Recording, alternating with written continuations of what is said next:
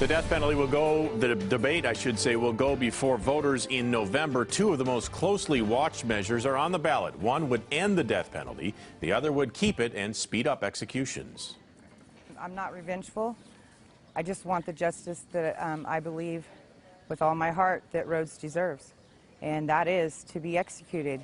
Thank you for joining us. I'm Sam Shane. And I'm Adrienne Moore. CBS 13's Lamore Abrams examines the dueling death penalty measures and joins us now in the studio getting answers on what voters need to know on this. Well, for one, voters need to know that it's been 10 years since a death row inmate was executed in the state of California. And it's an issue that pulls at both sides of this debate. But either way, voters decide on this one. The outcome will be an emotional one for the families of murder victims.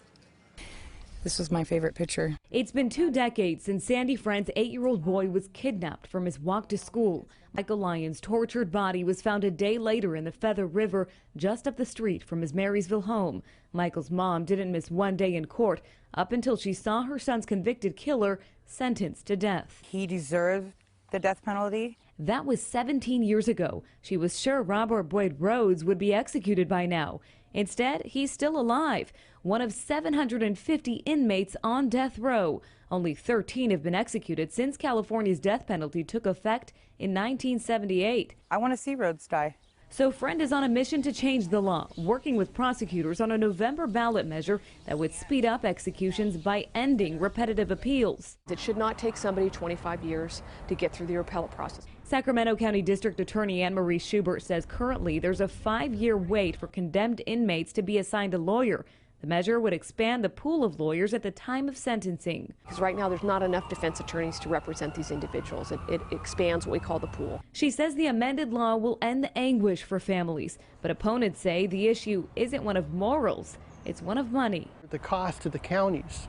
We're spending about $3 million a death penalty case. Ron Briggs is the spokesman behind a competing ballot initiative that would do away with the death penalty altogether. Eliminate the death penalty, replace it with the life without possibility of parole, throw them in prison for the rest of their life, and get the key, throw away the key. This year, Californians get to choose economics or justice as a grieving mother waits for closure.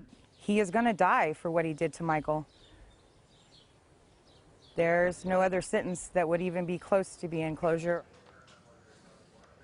Now, you may recall there was a similar attempt to repeal the death penalty back in 2012. It failed by 4 points. And actually, that failed measure is what prompted some of these crime victims' families to come forward with their measure.